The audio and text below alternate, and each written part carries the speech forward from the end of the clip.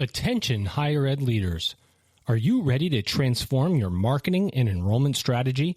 Don't miss Insights EDU, February 12th through 14th in New Orleans, the premier conference for higher education marketing and enrollment management. Spots are filling fast. Register now at insightsedu.com. Welcome to the era of the modern learner. Let's go! Ellucian Live is taking place April 6th through 9th, 2025 in Orlando, Florida. You just made the list! Get ready for an unforgettable experience at Ellucian Live 2025. Join visionary leaders from institutions worldwide as we dive into groundbreaking ideas, cutting-edge solutions, and transformative best practices that will ignite your passion for innovation. This is your chance to connect, collaborate, and propel your institution into the future. Do not miss out. Let's go! Do you want to accelerate your professional development? Do you want to get exclusive early access to ad-free episodes, extended episodes, bonus episodes, original content, that's right, original content, invites to special events, and more? Do you want to get all this while helping to sustain EdUp? Then go to edupexperience.com. That's EDUP experience.com and subscribe today. Welcome to the EdUp Experience College Closure miniseries, Through the Eyes of. Today, we look at college closure through the eyes of Christina Fabry and Heather Keith. Christina was director of the Center for Advising and Achievement at Green Mountain College in Pulteney, Vermont, and her colleague, Heather Keith, was the Associate Dean of Teaching and Learning at Green Mountain College, which closed in 2019. I am your host, Dr. Jay Keene. According to records by the Higher Education Dive team, there have been 118 college closures or college mergers since 2016. I worked for one of those 118 colleges. Experts are predicting hundreds of more closures or mergers over the next 5 to 10 years. And there are many reasons why a college may close. Lack of funds, declining enrollment, reduction in staff funding, low perception of value of higher education, damage to academic reputation, accreditation issues, or simply just gross and significant mismanagement. But what often gets lost in this drastic outcome is the human trauma that becomes a byproduct. This podcast miniseries will examine the human story through the eyes of the president, faculty, staff, CFO, and student. As stated, today I'm talking with Christina Fabry and Heather Keith. Christina, Heather, how are you today? Hi, Jay. Thanks for having us. Doing well. Thanks, Jay, for having us. Great. So let's just get right into it. Let's start. And why don't you just start with the story of Green Mountain's closure? Great. Thanks, Jay. I'm going to give you a little bit of context about the closure, and then I'll pass it on to Heather to fill in some gaps. So Green Mountain College was a small environmental liberal arts college in Pulteney, Vermont, just in sort of iconic, just beautiful Vermont environment in the Green Mountains, sort of Adirondack area. We had undergraduate education degrees. We had a few online graduate degrees. The college opened in 1834. So we ended in 2019. So that was 200 years of educating students. But with, declining enrollment, millions of dollars of deferred maintenance, the small college campus of, around 800 to 800 students when we closed, the board announced closure in January 2019. So that's basically the story of the closure. I think we were just victims of the Northeast United States enrollment cliff. Years of declining enrollment, especially after the 2008 recession, was just really difficult in New England, especially. And I think in the same year, 3 colleges closed just in Vermont. Yeah, I was just looking at that. It was, St. Joseph's, Southern Vermont College, Marlboro was absorbed by Emerson. And then even just last year, Goddard College closed, as well as a lot of the state university consolidations. Northern Vermont University in Castleton and Vermont Technical College became Vermont State University. So it was a lot of, higher education disruption in the state in the last 5 years. Yeah, and it is interesting that you say that, because in this podcast miniseries, I've already spoken to the former president of Southern Vermont College, and I will have a guest from Goddard College on this series. So 3 out of the 5 guests on this miniseries are coming from that state. So, and during that time period of 2017, 18, 2019, so there was definitely a huge disruption. And so that's your general story of what happened then. But what about you guys? Like, you're sitting there as staff members, your passion, your main focus, your mission is to help students. But what did you know before that time? Did you see the red flags? What did you see coming down the pike in terms of the possibility of this occurrence?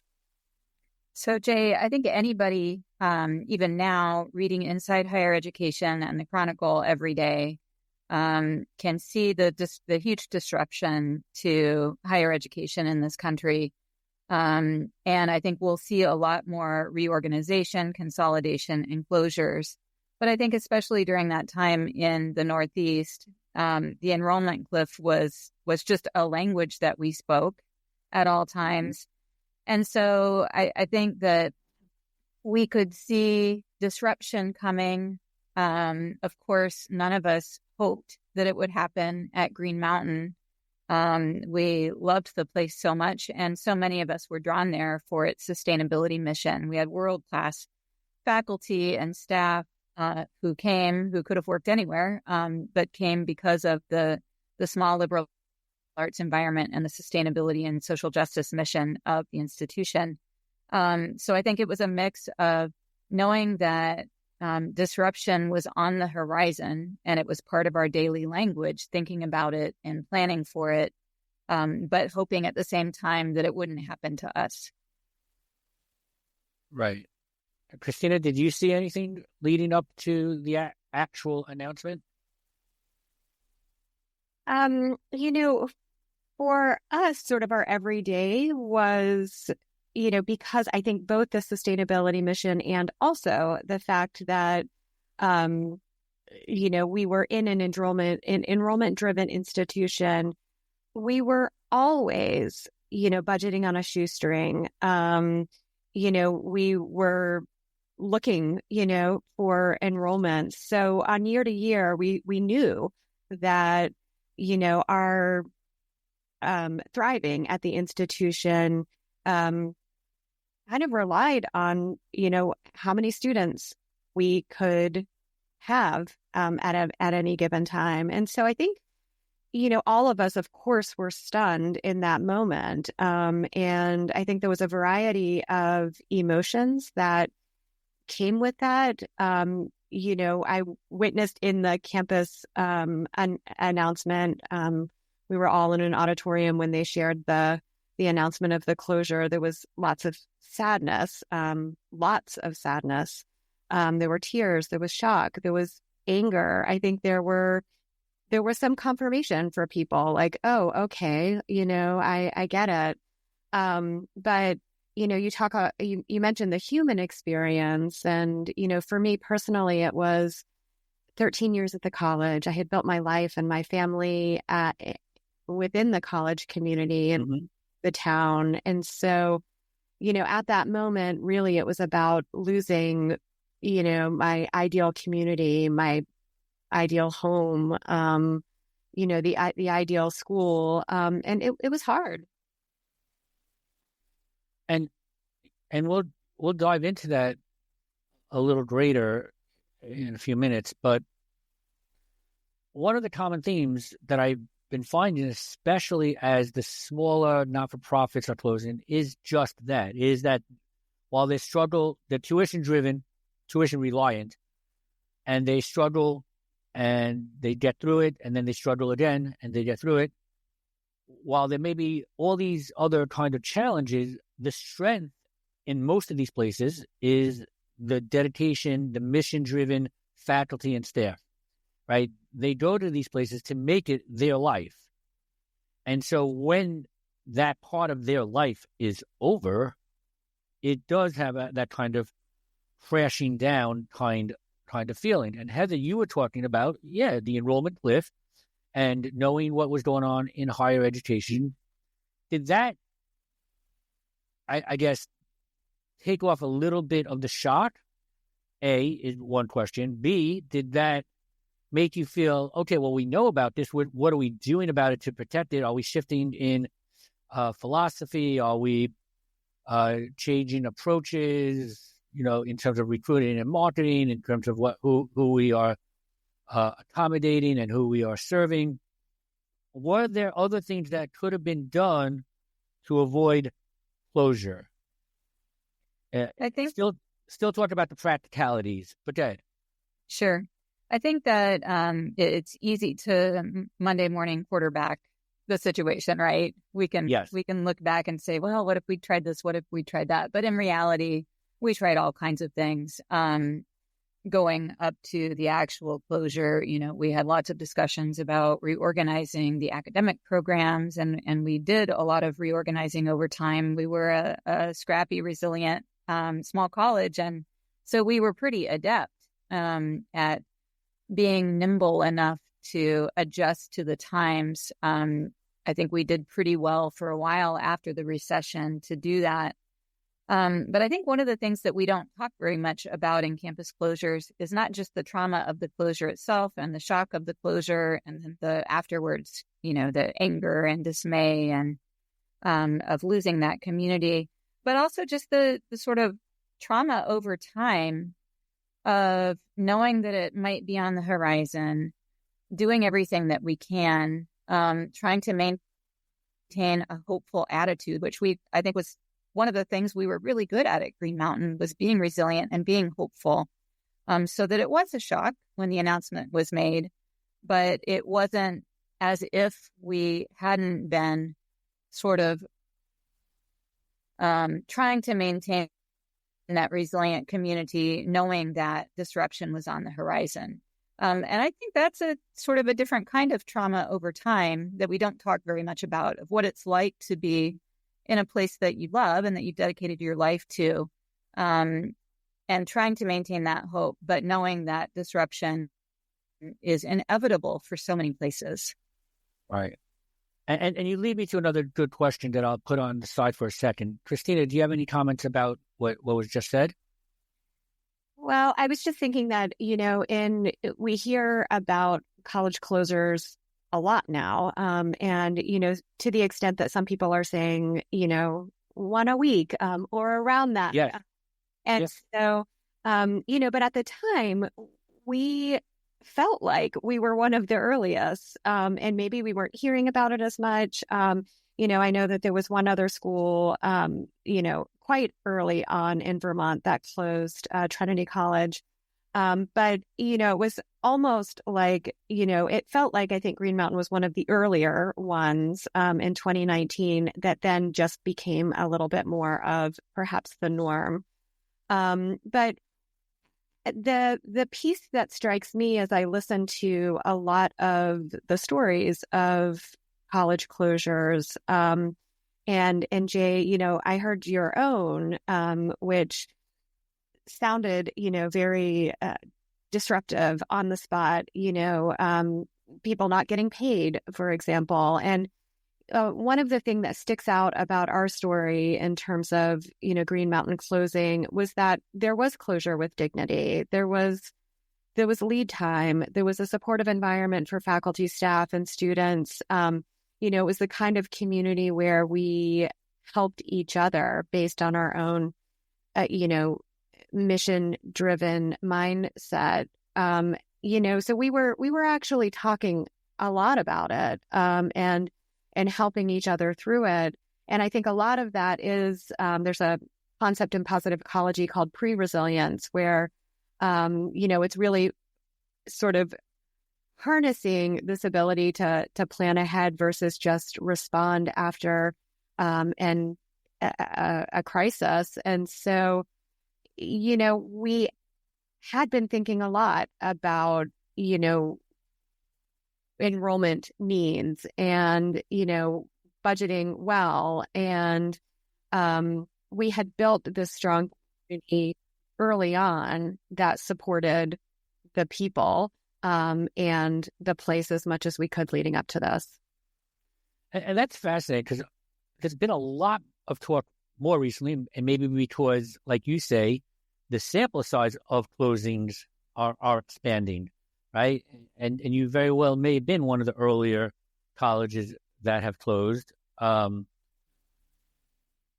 that whole idea of closing with dignity, it's spurning a whole subset of consulting businesses of not only closing consultants who are going into closed colleges from the assets and liquidating their assets and then the business side of it, but also working with leadership to understand what faculty may need, what are students going to need. How do you close without it being abrupt and leaving people stranded and leaving people waiting for their last paycheck, if they get that at all, or paychecks, plural.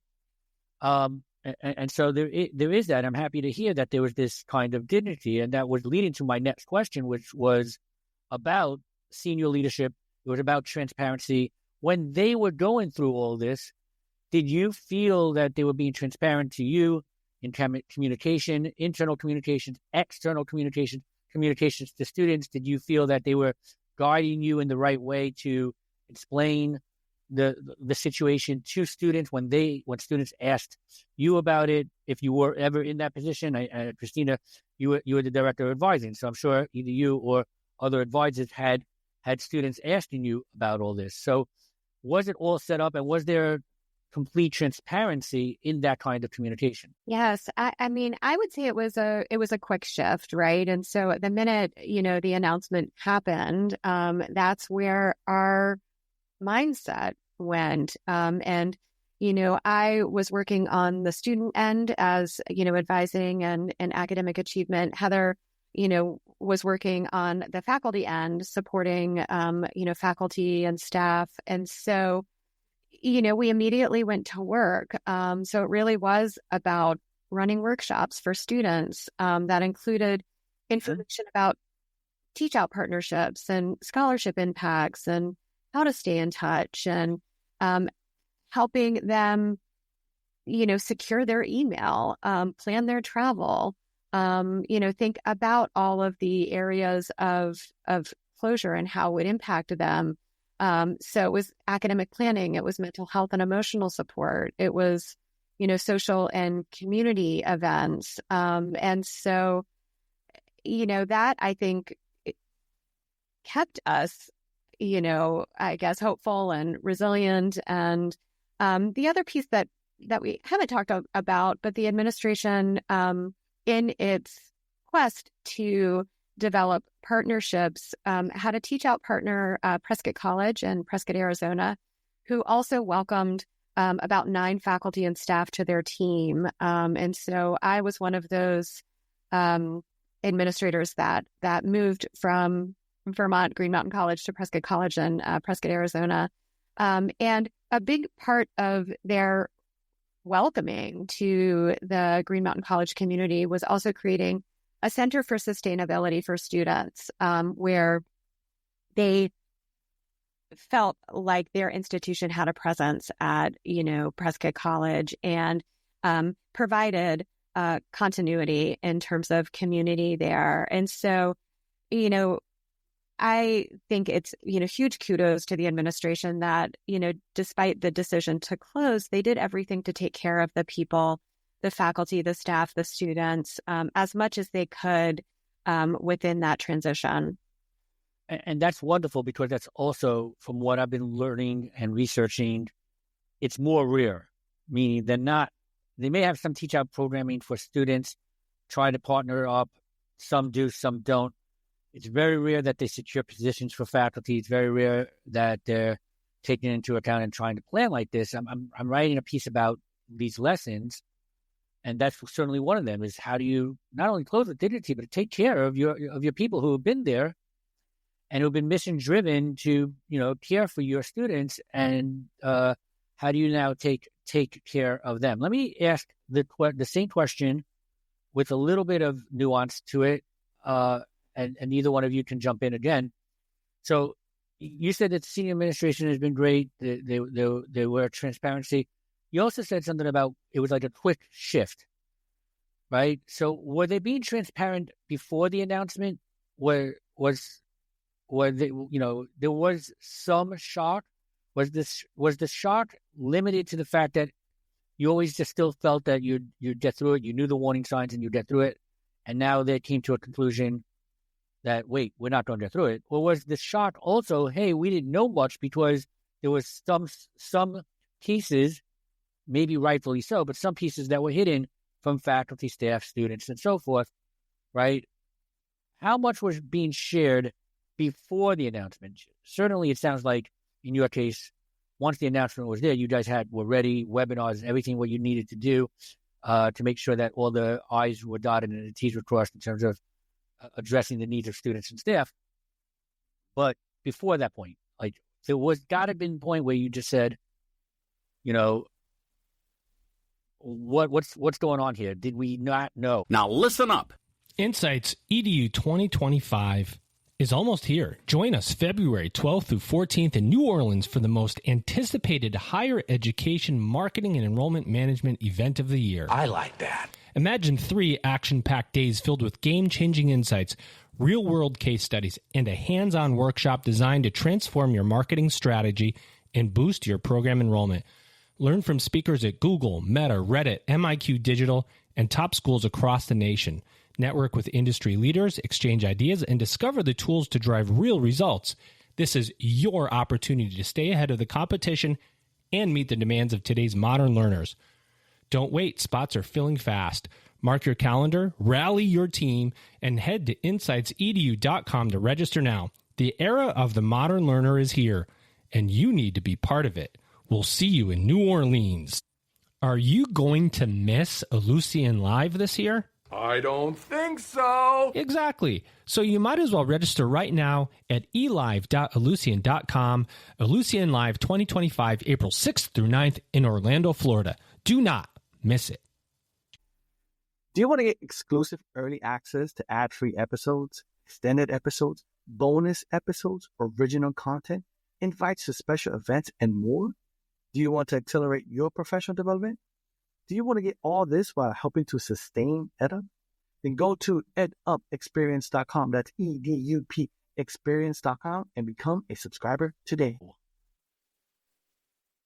I think that it depends to some extent on who you were in the institution. Mm-hmm. So, for example, I don't think that, as would make sense, I don't think that concerns about the fiscal health of the institution was shared much with students at the time, because that's not our relationship with students at the institution, right? Up until the closure, of course, our relationship with students was providing them a fantastic educational experience. Right, and you can argue that would be counterproductive. Once students started hearing more and more, they would start withdrawing.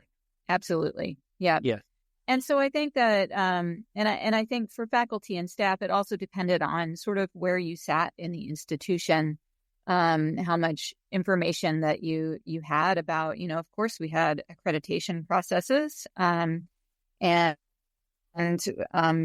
we knew that for years the concern was financial concerns in our accreditation, but we closed as a fully accredited institution, and so. It may have been a surprise, even for people who knew about it. Hearing the announcement, right, was shocking. To really feel that with everybody, and to honestly to look on the faces of our board and our administration, who loved the institution just as much, maybe more than lots of other people in the institution, and to know how painful making the decision was. And so even for folks who weren't in on the decision, I think I think we understand. We may not have known exactly what was happening, and I don't think anyone knew exactly what was happening until the board met to make the decision. Right. But I don't think it was a lack of transparency particularly. And I don't think it was a lack of communication. And I think that is one thing, as Christina said, our institution did really well once the announcement was made. The announcement was made at the same time that resources were immediately put in place by the administration to help people make decisions about their future and to have really viable options to move forward. And so they didn't make the announcement until those things were in place and could be presented as part of the announcement. And I really appreciated that. And I appreciated the transparency after that of the institution in really, as Christina said, trying to close with dignity. And that is amazing. Again, also rare, right? Most colleges who maybe even the senior leadership themselves don't want to admit it, so they're not really going to prepare for the how to take care of faculty, how to take care of staff. And it sounds here that they had full planning and ways to address every need from the moment that the announcement was made. Yeah. Let me ask you this. So regardless of how shocking it was or how much you thought it was going to come or not, there still had been some sort of, moment, that moment when you felt, oh my God, this is actually going to happen. We are actually going to close. Can you recall your emotions when you first felt that, when it really became reality to you? Well, I can recall sitting next to Christina in the auditorium, and when the announcement was made, and we both cried in each other's arms, and the people around us, in hearing the announcement, and just the utter sadness that it felt like. And I will also say the other worst moment for me was telling my young son, who had grown up literally on the campus, right? We were in a small town, a really close community. Christina's son and my son grew up together on the college campus, coming into the office on their school breaks, hanging out at the college farm, having really free range of the campus. We like to talk about our free range kids, and having to tell him that not only, were we moving, but this place that he had loved also wouldn't be there anymore. I think it's one thing to leave a job and to be able to go back and visit and see your friends that you made and support the institution, even if you don't work there. It's another thing to know that you can never go back to that place as it was, and that it's not doing the work that we valued so much anymore and would never do again. And I think that was those were some really hard moments for me. Yeah, that's got to be it. And Christina, while you were with Heather at that moment, what do you recall about your own emotions? Yeah, I mean, I was right there as she was describing it. I think, seeing our students react in that moment was just heartbreaking. Certainly, our children having to say goodbye to the place that they love, the friends that they made, the place that they called home. The grief was intense. I was interviewing for different positions within that time frame, and it was like the grief would just appear out of nowhere. I remember being at a job interview, and they were asking about the previous work I did, and I just ended up in tears at one point. And since then, even at other, in my positions at other institutions, when administrators talk about things like the enrollment cliff, right sizing, resizing, these emotions just sort of come out of the blue. And so, there was just a period of feeling intensely rootlessness, and I think questioning, whether or not you would find your people again. Finding a new home is so hard. And so all of those emotions were going through my mind within that period of time. And I even think back to, I guess it was a year or so later, the college went up for auction. It was bought by a private whiskey producer. So, no longer an educational institution. And I guess I had never really thought that truly anything could happen to a closed college campus. And so that was sort of one of the unique, I guess, spins of what happened to our college, is that never would have imagined it. Right. Wow. And I was thinking about this before when you were talking, and you were saying it was great that they took care of faculty and staff, and they had this partnership with Prescott. But at the same time, on a personal level, that meant you had to pick up and move in order to do that. That's not so easy if you have roots in your community, if you have children there. And so that's not really easy. So what kept you both grounded during, after the process? And if you want to talk a little bit more how it impacted your personal life. And then lastly, the bigger picture, not just Christina and Heather, but like you said, you were part of a Green Mountain community. You were with other staff and other faculty. So how did you all help each other during that time or after that time? I think what really kept me going was the community. As Christina said, one thing we were really good at Green Mountain was community and resilience. And that was part of our sustainability mission. We had a graduate program in resilient and sustainable communities that since moved to Prescott College. And so it's not just sort of personally, but professionally, resilience was something we talked about and worked on a lot. And so I think having that community mindset was really important in moving forward, that even though we were sort of dispersing in the wind, our faculty representative at our last commencement, which was really a beautiful, beautiful experience and sort of closing ceremony for all of us. But she talked about that we were all like dandelions in the wind, right? Dispersing ourselves and our missions across the country, really. And I think that was just a beautiful way of thinking about what we were doing, that we were taking this community and the mission of the college that we love so dearly and applying it in other places. And so keeping that in mind, maintaining the community and social media, maintaining friendships. Christina and I have since done a lot of work together, even though we're at different institutions.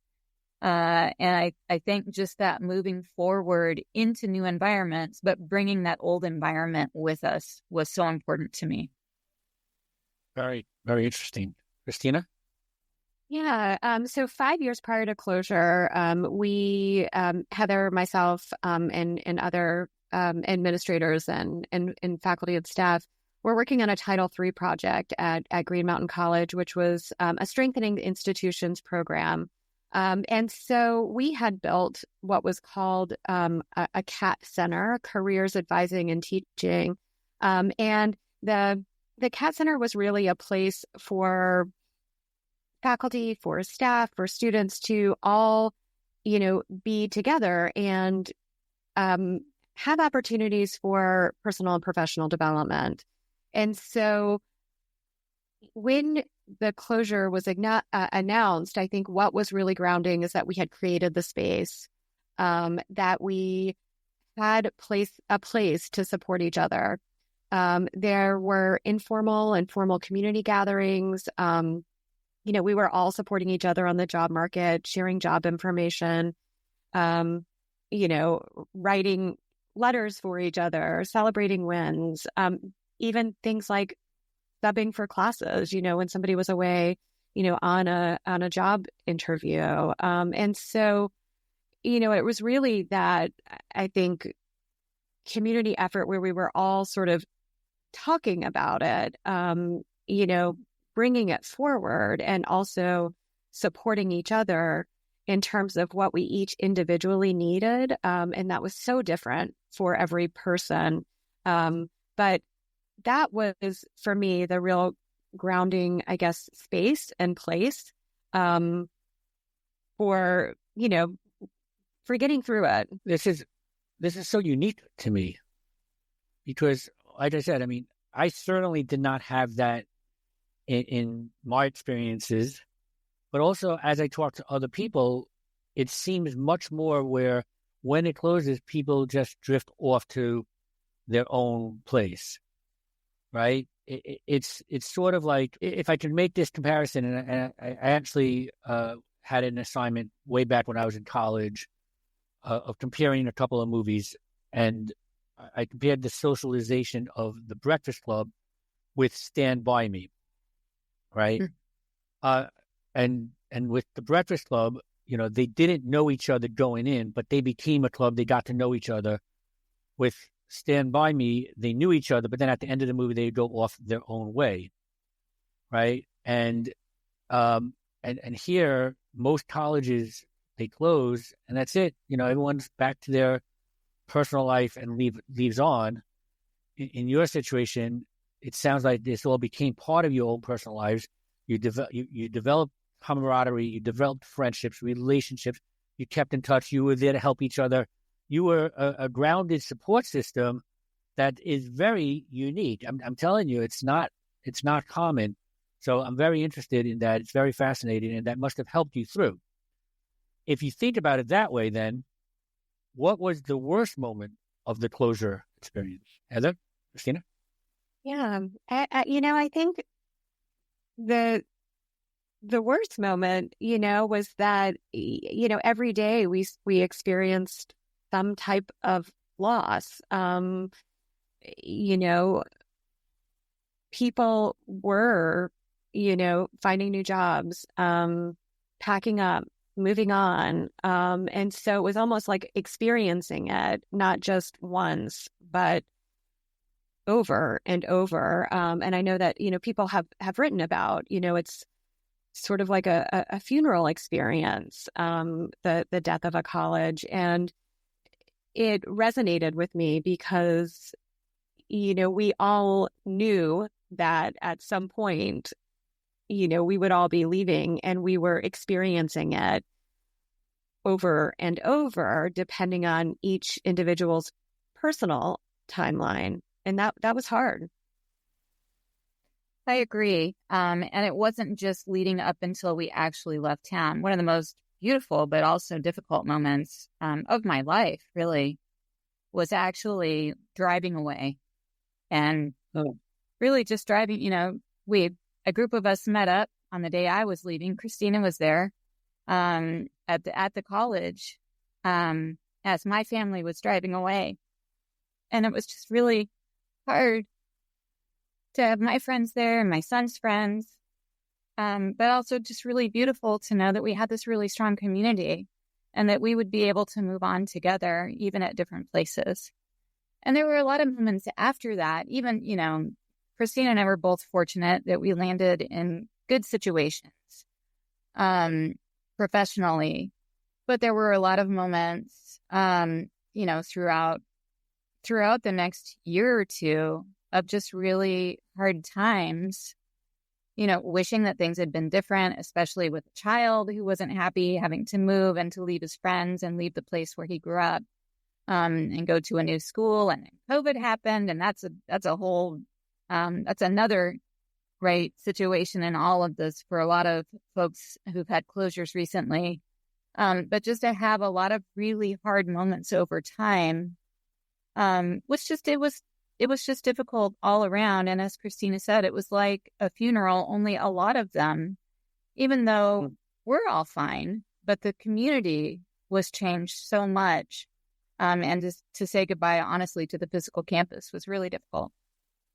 Right. And I hear that in your voice as you talk about it, several years later. Mm-hmm. It still resonates that moment of your life where you had this community and you had to drive away a little bit from it. That's hard. And it shows that even though as you guys talked, the administration, the school really worked at making sure that it was done with dignity. It was done where no one owes money.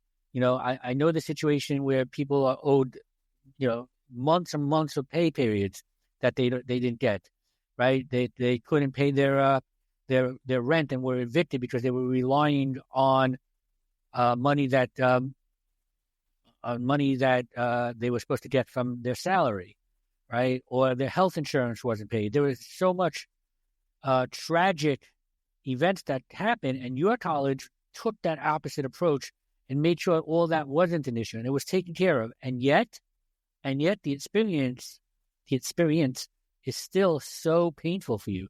It's still the almost like, on one hand, the death of the community. It's a community that you guys, had the resilience and you persevered to make sure that you kept in touch with each other, with colleagues, but this pain from driving away from it all, right, and from the closure of your mission at that college. So, you hear it. It's really personal. It's really deep. We're going to start wrapping this up, but a couple of other last questions. First, I understand you worked on a book chapter. Why don't you tell us about that? Yeah, that is going to be coming out in the spring from SUNY University Press. It's a book called a Campus Crisis Toolkit, and it's lots of chapters with different kinds of campus crises. And Christina and I wrote a chapter on the closing of Green Mountain College from the perspective of how to build and maintain that resilience through a closure. And sort of told the story of what we did for students and faculty and staff and how the institution came together to support all of us, with the idea that might be helpful for other folks who are facing that kind of situation. And that sounds great. I'm looking forward to reading it, especially because it's coming from that perspective of all the details being taken care of, and so much of that is not usually happening. And so, I think that there needs to be lessons being taken from all these situations. And I'm going to ask you about that. But Christina, do you want to share anything about the book?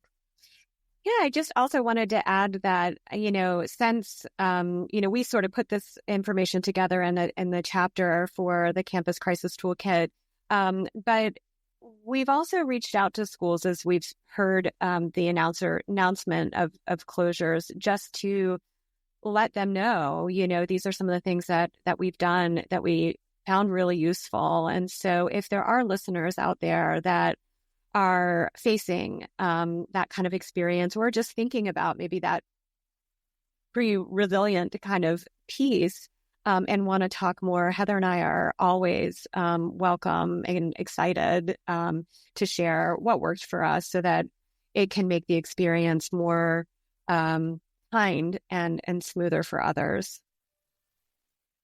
That's wonderful. And it is my last question. And, if you don't want to reveal too much, you want people to purchase the book first. I get it. My last question is, what lessons can you share with others who may be in your position, who may have been staff members, who may have been, in charge of taking care of the needs of students, and yet all of a sudden the school closes? What are the lessons you want to share? I'll start because I know Christina will end with something more optimistic than what I say. That's how we work together. I will start simply by saying, for faculty and staff, if you have concerns about your campus, voice them and talk about them, but also keep current with your own job transferability, right? It's so important because there may not be much time between a closure and needing to have another role. So sort of keeping your CV up to date, doing things that will help you on the job market are so important. And that's something that we had some time and were able to help people sort of do and ourselves as well in our closure experience. And also just work on that community. I think it would have been really easy, knowing that we were facing some kind of disruption to just be really angry and upset and say, I'm getting out of here. But I think what folks did that was so important at Green Mountain is to really maintain that community, work on that community. There were folks in the community who planned closure events that I think in retrospect, they were difficult at the time, but they were so important that we did them. That we would circle up and talk about what we loved about the institution before people started disappearing. That we'd have those last potlucks and things like that. And I think that's so important to do that before disruption, but also during. Right. Very interesting. Christina? Yeah, I agree with all of that. And, I'm just thinking that I think my takeaway is that, you can build community towards resilience, and it might be closure. It might be climate impacts. It, might be other issues going on within a campus institution that require that resilience. And so, there's no time that's too late to begin, building that community towards a more resilient model. And there's always lessons learned, in terms of campus closure. And so, we all play a part in helping to keep our community together, helping to support each other,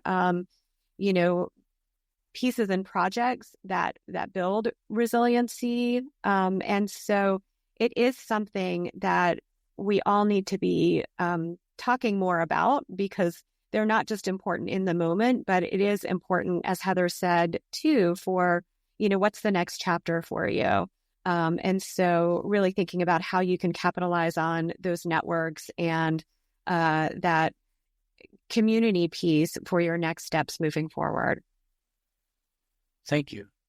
Christina Fabry, Heather Keith, thank you for your time, for sharing your story, for your vulnerability and opening about some painful experiences, but sharing the lessons from that, and for your optimism about it. And really very interesting. I appreciate your time, and thank you very much for joining me today. Thanks so much, Jay. Thanks, Jay. It was great to be here. Thank you. You just made the list. Mark your calendars for Insights EDU 2025, February 12th through 14th. Insights EDU 2025 is the can't-miss higher education marketing and enrollment management conference of the year. We're taking over New Orleans with speakers from Google, Meta, Reddit, MIQ Digital, and top schools across the country. Discover how AI is transforming marketing and enrollment management, how to assess online program opportunities, and meet the demands of today's modern learner. Don't wait. Spots are going quickly. Register now at insightsedu.com. Welcome to the era of the modern learner. Let's go. At Ellucian Live 2025, we're going to explore the magic of innovation. We want to imagine, believe, and achieve. It's happening April 6th through 9th, 2025 in Orlando, Florida, and we're going to explore technology, modernization, and Artificial intelligence. explore the latest technology solutions, discover industry insights, and make valuable connections as a global community. It's time to register for Ellucian Live 2025 at elive.ellucian.com. Do you want to get invites to special events? Do you want to get exclusive early access to ad-free episodes, extended episodes, bonus episodes, behind-the-scenes episodes, and original content? Do you want to accelerate your professional development? Well, then go to edupexperience.com. That's EDUP experience.com and become a subscriber today.